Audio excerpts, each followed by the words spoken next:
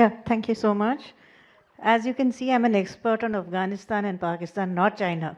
So, however, since you've had this amazing talk earlier by the Deputy Chief on the LAC build-up, I think that itself is a excellent run-up to our own discussions here. So I'm not going to take a long time since we got very, very short of time and I'm going to get wrapped on the knuckles at any time. So there it goes. So we'll go straight into, we've got an amazing panel here. So let's go straight into the discussions. We'll start with India. I mean, as in terms of, the title of this is PLA's Posture and India's LAC Build-up. So that's the format in which we're going to follow. So I'll go straight into Major General Vivek Sehgal, or General Srivastava, if we could start with you perhaps. Seeing, we've already had the present, the Galwan experience and all the rest of it. So seeing the present situation in eastern Ladakh and the LAC, what, in your view, are the prospects of peace and tranquility? I mean, it's really going a bit far in terms of peace and tranquility right now, but nonetheless, what do you think, what do you see the future as? Yeah, thank you, Dr. Kartha, for that question. And thank you, Chanakya Forum, for giving me this opportunity to share my views. So to begin with, like, there is no classical peace as such. Countries and nations across the world are into that continuum of cooperation, competition, and conflict. But just to give a bit of context to this question, and thereafter to do a bit of appraisal of where we are today, and then I'll walk you through as to what could be the prospects for tomorrow, right? So if you look at whatever happened from 1962, we had about 50 years, all right, till about 2012, when we had relative peace. I'm not talking about the two spikes of 1967, Nathula and Chola, and I'm not talking about Sumdrong-Chu. Sumdrong-Chu, of course, didn't even have a single bullet fired. But after 1988, when thaw happened, when our Prime Minister went to China, and thereafter we stitched together a series of those agreements, we had relative peace and calm. But starting from about 2008-9 and more particularly 2013 onwards, we had the scope and scale of violations and intrusions by the PLA getting more, more prolonged. Okay, but including the standoff at Doklam 2017, which went on for about 77, 78 days, we kept managing that through robust and resilient military response and very quiet diplomacy. Everything worked fine, no bullets had to be fired. But come May 2020, and especially Galwan, everything got upended. All the understanding agreements were all thrown out of the window, right? So what we are looking at was the lowest level of relationship between our two countries, India and China. And what was it being called? The External Affairs Minister himself called it abnormal, right? And then that abnormality was being looked at as the new normal, perhaps. But then, 4 years of very deft diplomacy, and I would say very resilient and robust response from the military forces. October last year, we had this decision, a mutual agreement, that patrolling will resume in Depsang and Demchok. And with that, disengagement at all the friction points got completed in Ladakh. So that became a kind of a point that everyone started looking at things a little more positively. Okay. As far as the Chief of the Army Staff is concerned, in January itself, he said the situation on the LAC is stable but sensitive. But 2 years back, in January 23, the chief then had described it as stable, under control, but unpredictable. So we have been moving positively in the correct direction, right? And as of now, so we have disengagement, as I mentioned, but at the other places, we have a temporary moratorium. And that temporary moratorium implies that there are zones at those places, Gogra, Hot Spring, okay, the north and south banks of Pengong Tso, Galwan, where anything from 3 to 10 kilometers, and whatever I'm saying from open source knowledge, is that as of now, patrolling has been stopped by both the sides. It's a temporary measure. Talking about peace, what has been the stance of Indians right through and through? The Indian External Affairs Minister and everyone, the Defense Minister, has been very clear that peace and tranquility on the border is the prerequisite for our stable, normal relations. So that is what has been our insistence right through and through. And if went on to say, as far as broader relations are concerned, understanding between our two countries, they could be, defined by the principles of three mutuals. So mutual respect, mutual interest, and mutual sensitivities, right? He also outlined eight other principles, of which two are important. I must flag them. He said that when we look at a unipolar world, along with China, we share that vision. But India also equally says that we have to have a multipolar world and a multipolar Asia. Okay? So this has to be one of the fundamental principles, right? On which peace is structured in this area. He also mentioned that sensitivity for interest and concerns cannot be a one-way traffic. It has to be a two-way traffic. And how have the Chinese been looking at it, right? The Chinese stance has been shifting, okay? When the standoff started in eastern Ladakh, they squarely blamed India, that it is, the onus is squarely on you, you are to blame, so therefore, let's have straight away a reversion to delinking the situation in eastern Ladakh, and let's have normal relations. Yeah. So, sorry to interrupt you. See, these are all, what shall I say? There's a lot of diplomatic terminology in saying peace, non-war situation, we must have peace and tranquility, all the rest of it. But I remember one certain NSA, whom I shall not name, saying that the Chinese attitude towards India is, it's like poking a finger at a balloon. In one area, it balloons up, and the other area, it goes down. So they keep, this kind of thing keeps going on, right? They kind of put pressure. So I would come to you, General Sehgal, and say, why do these, to a simple mind like mine, who has been in national security for 20 years, I'm still wondering, why can't these people, if they got along with us, they would be able to do a bunch of things elsewhere in Taiwan, perhaps with the US. What are the drivers? Why do they do this in terms of conflict with India? That's in your estimation. Thank you very much. I'd just like to mention, firstly, let's look at the Chinese aspiration. The Chinese aspiration is rejuvenation of the nation by 2049. Now, if you translate this into actualities, it involves sustained economic development, it involves influence in the global order, and of course, the centrality of the Communist Party is prime. This, in effect, is what is driving the Chinese military modernization.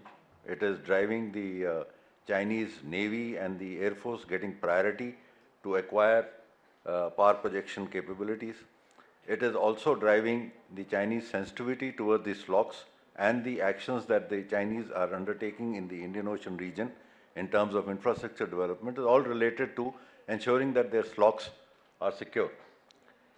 Now, if we look at this and look at what India is and where India stands, there are certain sensitivities that the Chinese have towards India. First and foremost is India's economic growth and its military modernization is a source of concern for the Chinese, who are, as brought out earlier, looking at a unipolar Asia. They do not want an alternative power center coming up in Asia. India is a power center which is coming up.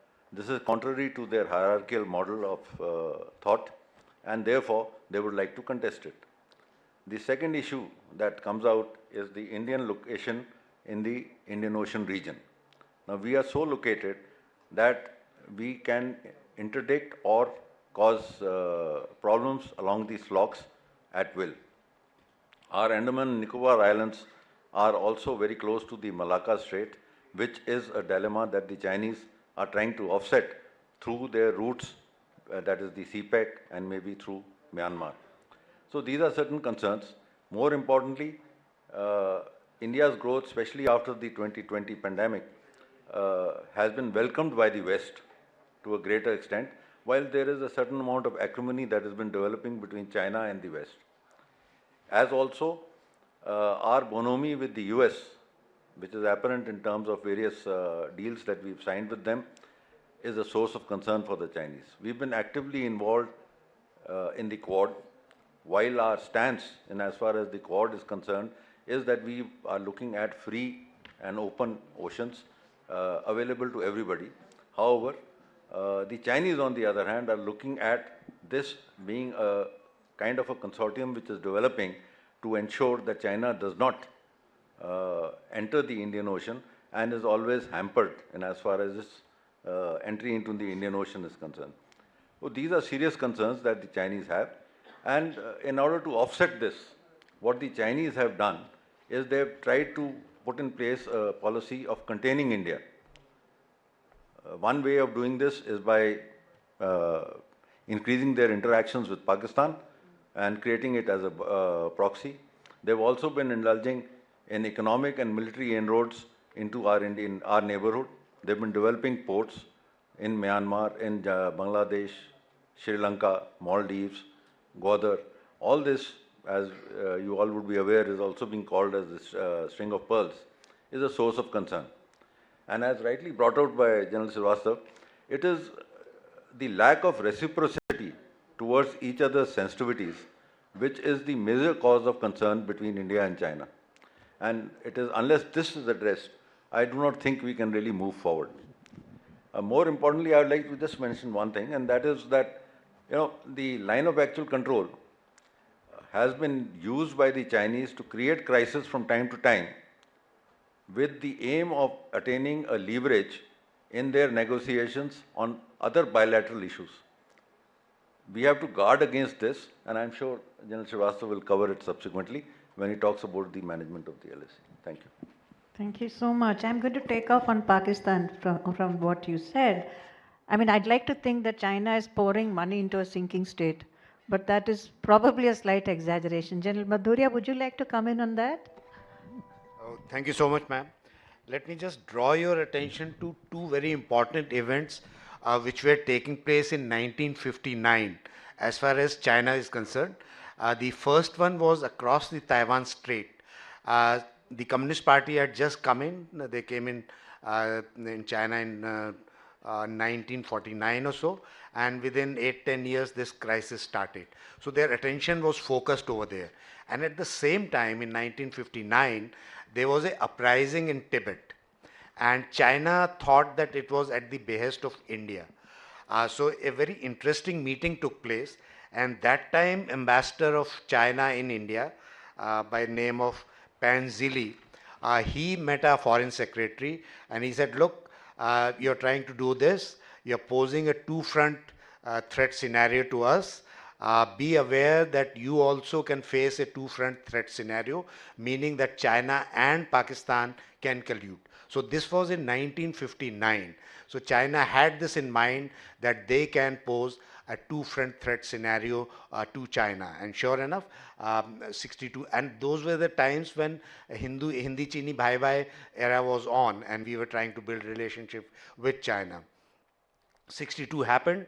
Pakistan that time realized that Indian army is weak and it's now time to do something in Jammu and Kashmir, and that's why the 65 war took place. And just before that, 2 years before, in 1963, they ceded Sakshgam Valley to China.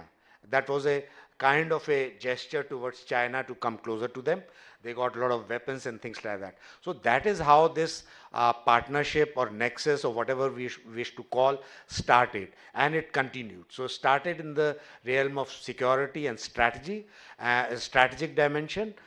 So China provided them with nuclear weapons, and famously Mr. Bhutto said in 1971 that we will eat grass, but we will get the nuclear weapons. So they are still eating grass, but they got the nuclear weapons from China and the missile technology. So that was the beginning.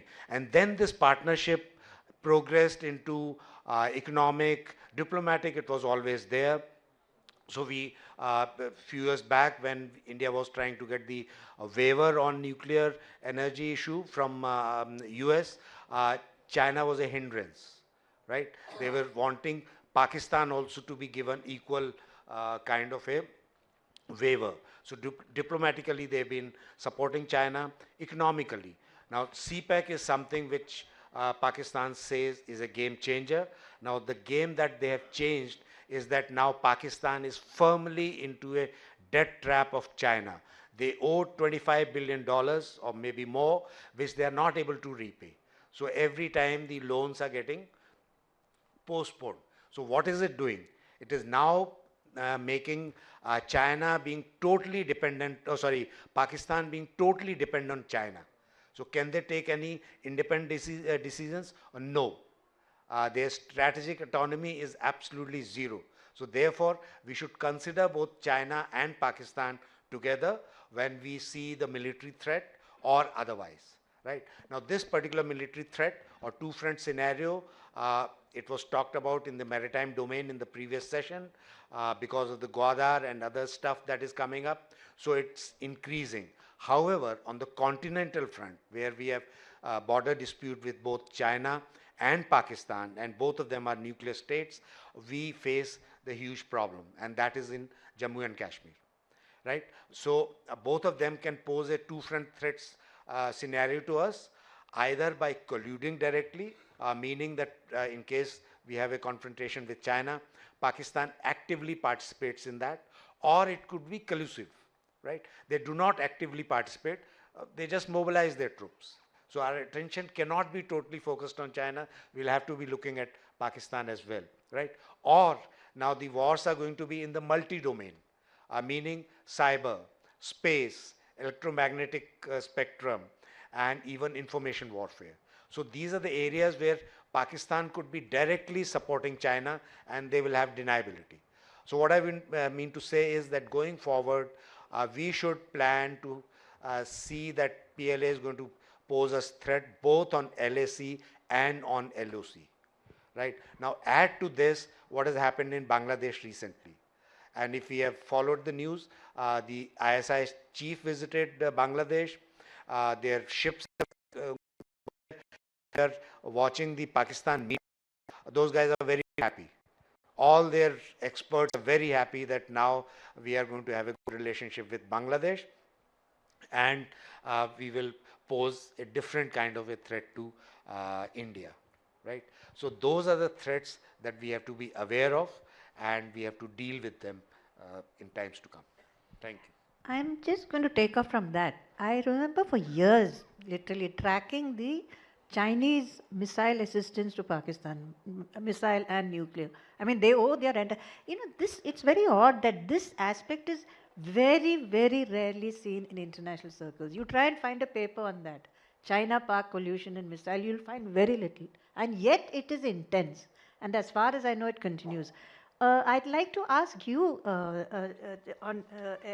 Marshal, on the emerging, the Chinese missile capability, which is, I think, increasing in leaps and bounds, at least according to the US Defense Department, whom you can't entirely believe also. But also it's the Air Force. How do you see these two aspects of Chinese capability affecting its doctrine, its capability towards India?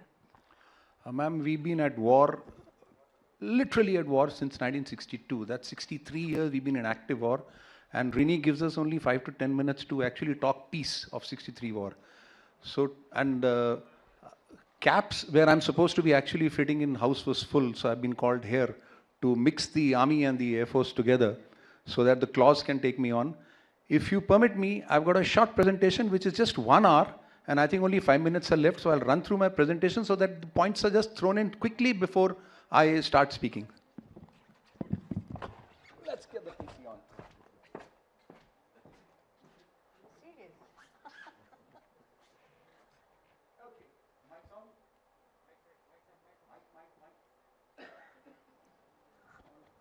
Not? Okay. Yes, I had a presentation which went on like that, the strategic drivers behind the rocket force and the area of modernization, perceived threat of China, but I'll skip it and I'll go straight to the complement. How does a rocket force complement the Air Force of the China? Let's see the operational synergy. Yes, they have a combined air defense strategy. The rocket force, surface air missiles will complement defense, layered defense network, and so on, which you can keep reading, integrated command and control networks. They have strike capabilities which are talking into each other. Rocket force will do something, and the PLAF will actually complement it in both ways. They'll contribute to each other. Anti-access and area denial, both I've already factored in how and which will be used for which particular kind of a threat coming to them. Joint operations have already been worked out. How will the SEAD work, and how will the defenses of their sites will work, and how the joint targeting will happen, and similarly the theater operations, because they are already working in theater. How these things will happen, they've already worked that out. Technology integration has already happened. The command and control systems are common. The intelligence and the surveillance are talking to each other. Going down to maritime operations, yes, they have the capability, rocket force, to take on any kind of ship which is there. And how will the PLAF complement them? They have doctrines and everything fixed and actually working towards that. They have future development. It is not over. Joint capabilities are carrying on in hypersonic, space-based capabilities, which was spoken in the morning. Force modernization is also happening, and they're doing together. It's not pockets which are happening and then integrating, they're doing it together. Key takeaways: the rocket force provides initial precision strikes, PLAF to operate in contested airspace, joint targeting, battle damage assessment, coordinated suppression, and so on. Similarly, air defense, integrated air defense networks are there, multi-layered. The multi-layers are working as an air force and the rocket force. And all the A2AD operations are also combined. I'll quickly go from the Chinese point of view, do a SWOT analysis, and tell you what are my strengths and weaknesses, opportunities and threats. We don't have time to go into the Air Force thereafter. My strengths are superior force numbers. I have technical advantages. I'm talking my comparison with India. My infrastructure is better. Yes, India is growing, but my infrastructure is better. My weakness: geographical constraints, operational experience, technical dependencies. This is where lies my weakness. I am working on it. Let's get on to the opportunities and threats. My opportunity is post-development, strategic environment, regional influence. What are my threats? Indian capabilities. India is not lagging behind. Geographical factors and international environment. There is so much of interplay which India is doing with the rest of the world, which is my threat. Let's analyze the perceived threat to India. Air-based infrastructure threats, like we just came to know, 16 airfields already ready, 6 more coming up. Yes, the airfields are at 4,500 meters. The aeroplane capability is knocked down, but they have air-to-air refueling. They will work on that. Border region vulnerabilities, force multiplier effect. These are my concern as an Indian. Strategic implications, military balance shift, operational challenges, and geographical vulnerabilities.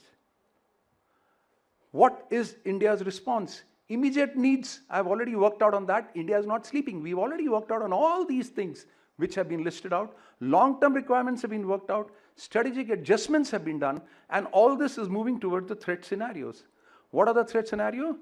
Like we said, coercive scenarios, show of force operations, border incidents. Then we have limited conflict. What will happen if the limited conflict happen? And if the escalated conflicts happen, how are we going to work on that? India's strategic advantage: home territory defense, mountain warfare experience both by air and ground, combat tested forces, strong military traditions, a potent rocket force, and joint theater commands could be the right decision. With this, I rest my case. Thank you. Okay, that was pretty amazing, actually. That was a very good run through. No, this was the Air Force guy with the Army, so we have to move at that speed. Because otherwise, we would have left behind. Okay, I would have said there's just one more thing. You know, once China, you could have said they have no friends. They were all by themselves. Now they are getting a bunch of people together.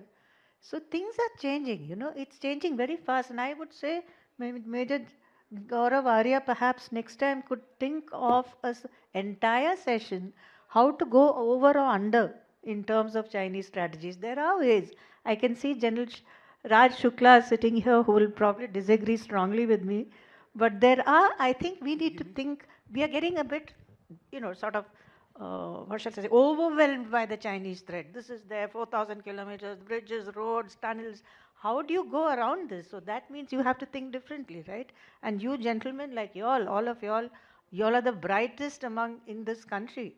So there should be ways of going around that. Could We're I going get- to could I- stop here. yeah, And could I get a minute to just finish what I was saying? yes, If of I- course. Okay. Please. So we were talking about the prospects of peace. I think for this we'll have to go back to 1993-96. So the Border Peace and Tranquility Agreement and the confidence building agreements of 93 and 96, as also the political parameters and guiding principles of 2005. That's where the actual core of how we can peace lies.